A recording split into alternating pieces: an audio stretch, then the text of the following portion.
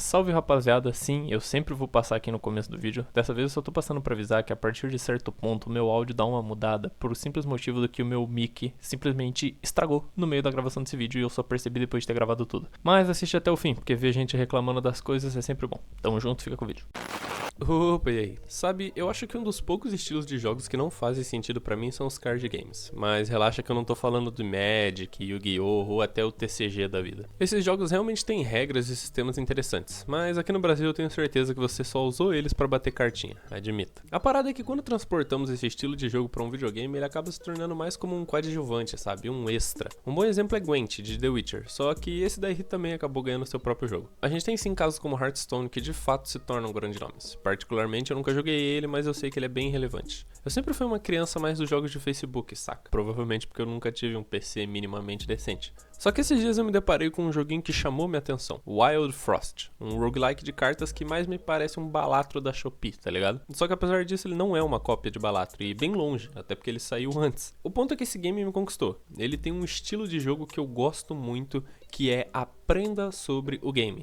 Isso não é um gênero nem nada, e eu também não tenho uma forma melhor de chamar ele. Mas basicamente é isso, jogos onde você precisa de fato estudar o que você está fazendo. Esse estilo de jogo geralmente são RPGs, mas deixa eu diferenciar um pouco pra vocês. Vamos usar dois exemplos aqui, Skyrim e Borderlands. Apesar de Borderlands ser um looter shooter, sua base é um RPG. Só que existe um abismo de diferença entre a gameplay de Skyrim e Borderlands. Você quer um exemplo? Vamos usar a build mais padrão de Skyrim, espada e escudo. Para isso você precisa upar suas skills de uma mão, armadura pesada e escudo. Se quiser melhorar um pouco, arquearia. Agora você vai equipar a arma e a armadura com maior dano e defesa que você vê enquanto progride. E caso você queira acelerar esse processo, você foca em smithing e upa até poder criar equipamentos da Edras ou equipamentos de dragões. Pronto, você tem uma build.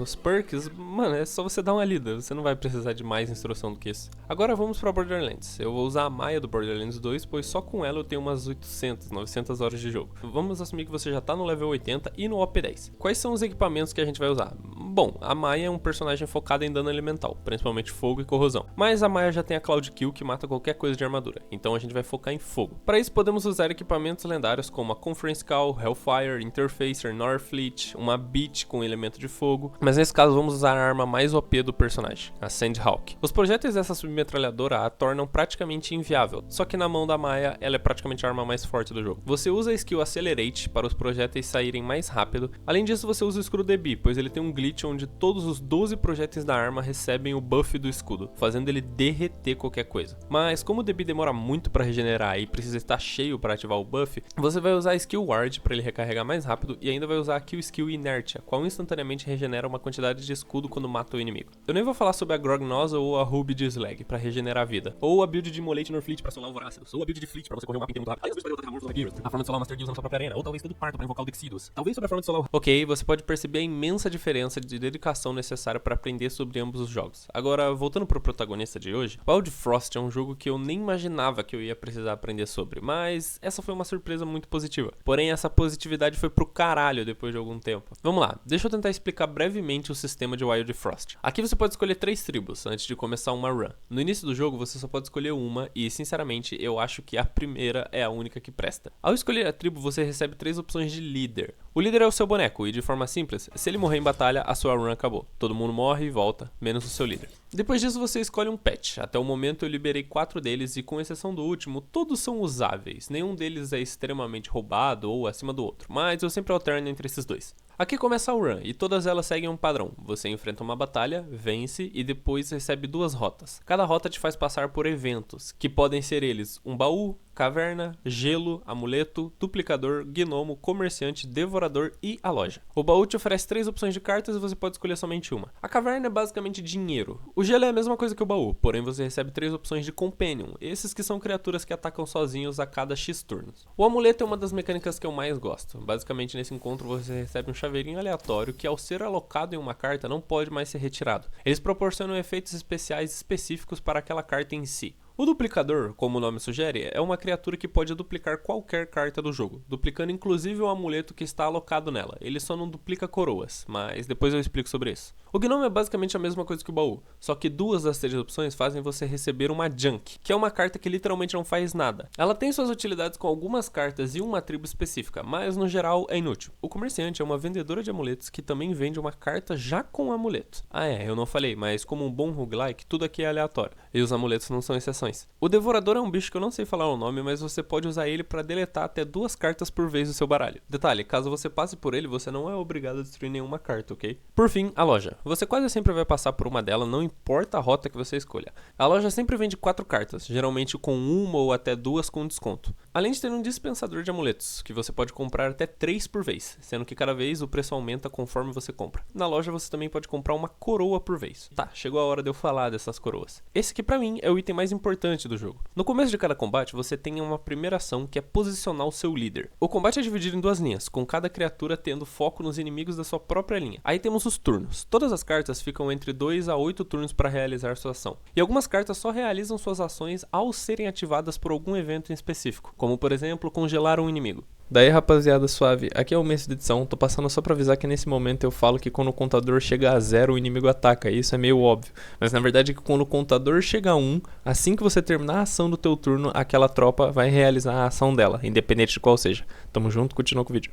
Tendo isso em mente, lembre que as criaturas inimigas sempre atacam primeiro que as suas. Voltando para a coroa, ela basicamente serve para que você possa alocar uma criatura ou usar uma carta antes do combate de fato começar. Com isso em mente, lembre que essa é basicamente a única forma de você criar uma build ou um deck nesse jogo. E sim, isso é uma puta crítica. Ok, o jogo tem uma historinha, mas puta que pariu. Foda-se, ninguém aqui vai jogar Wild Frost por causa de história. A parada é que quando eu olhei o How Long to Beat, o meu arco inimigo, ele tava falando que o jogo demorava 12 horas só na história principal. E eu zerei o jogo em 8 horas. Só que assim, eu não zerei. Na verdade, eu descobri que o jogo tem um final secreto, onde você precisa derrotar o coração da tempestade.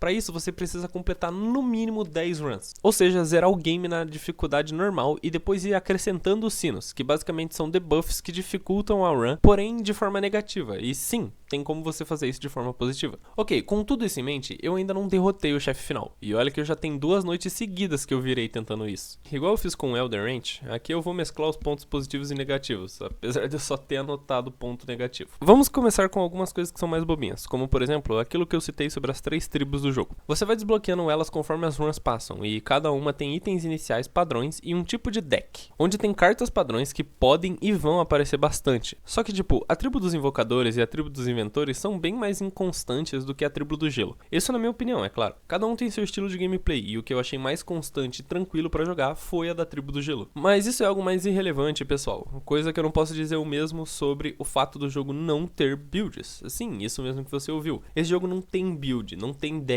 Por um simples motivo, não dá pra criar uma. O mais próximo de montar uma build, de montar um deck que você vai fazer, é usar as coroas pra escolher quem vai começar. Isso porque a variedade de cartas do jogo é bem grande, porém não dá pra ter certeza de nada, e isso é meio que um padrão de um roguelike. Só que cara, isso só funciona quando você tem opções viáveis. O que acaba mesclando com outro ponto negativo, que são os companions do jogo. Eu consigo lembrar de cabeça os melhores companions, e na minha opinião, Foxy, uma raposa que somente dá 1 de dano, mas ataca 3 vezes seguidas a cada 3 turnos. Temos Wurt, que é um cogumelo que não dá dano, porém a cada 3 turnos ele inflige veneno 2 vezes. Além desses dois, temos o Big Jelly, que é uma fruta grandona que é um tanque, porém caso mate um inimigo, ele cura 2 de vida de todos os aliados e ainda aumenta seu dano.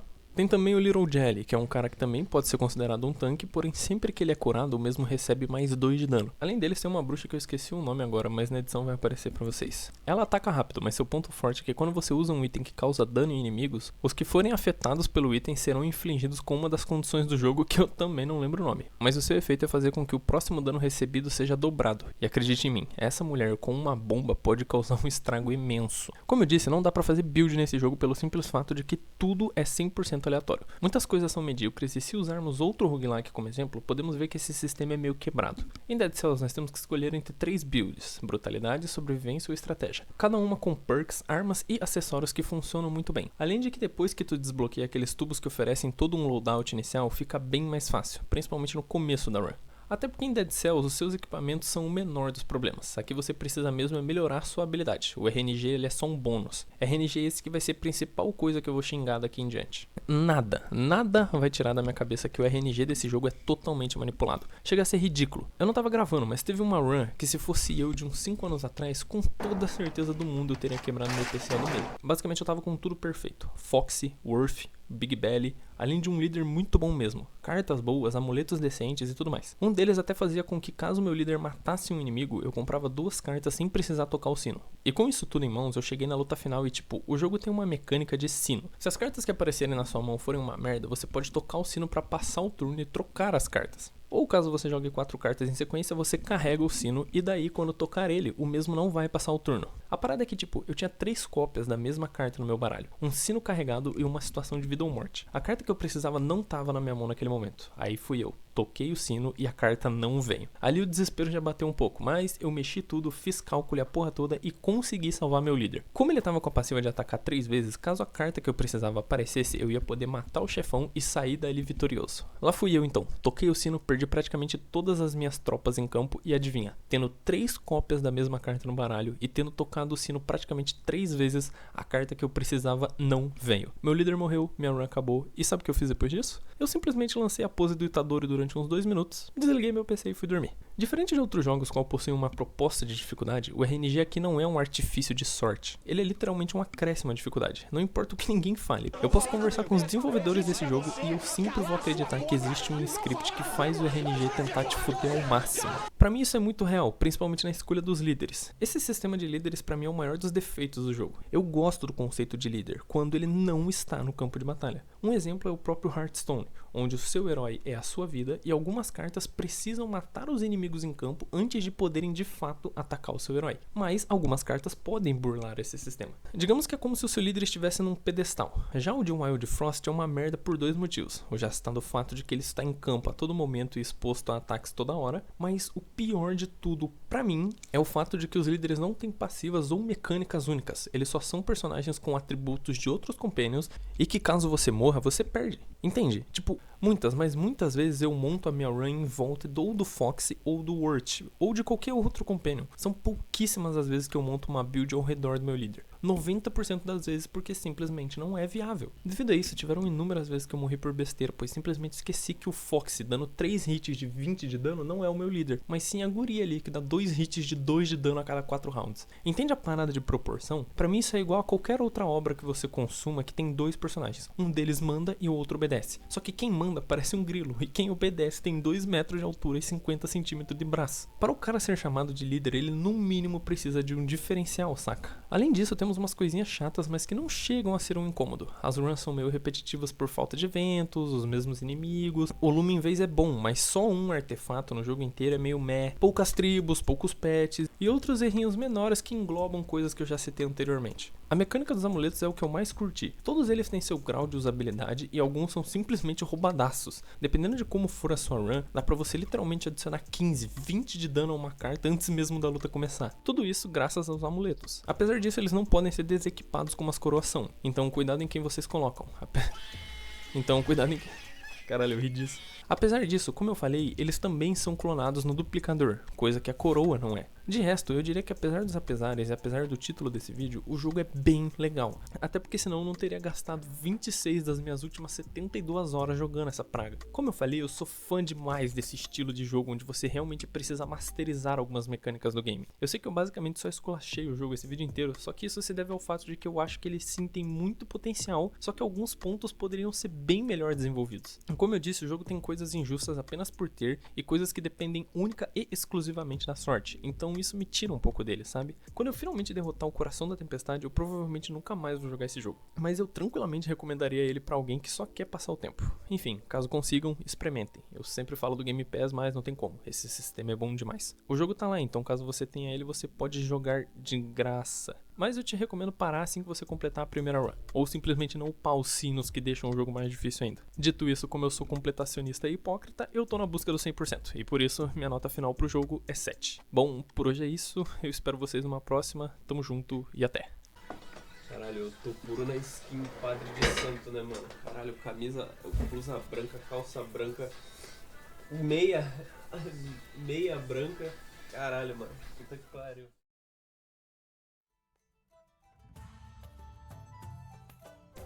Mano, eu não sei se o meu mic tá funcionando, eu espero que ele esteja, mano. Eu esqueci de ligar ele durante a gravação. Vamos, caralho, eu completei essa porra desse jogo, nunca mais vou abrir essa merda, mano. Vai tomar no cu. Começar essa gravação aqui só pra pegar a porra do Munchkin e do Gnomo lá, porque eu não tinha trecho deles, mano. E zerei essa porra. Finalmente, mano. Finalmente um líder serviu pra alguma coisa nessa porra desse jogo, mano. Vai se fuder, cara.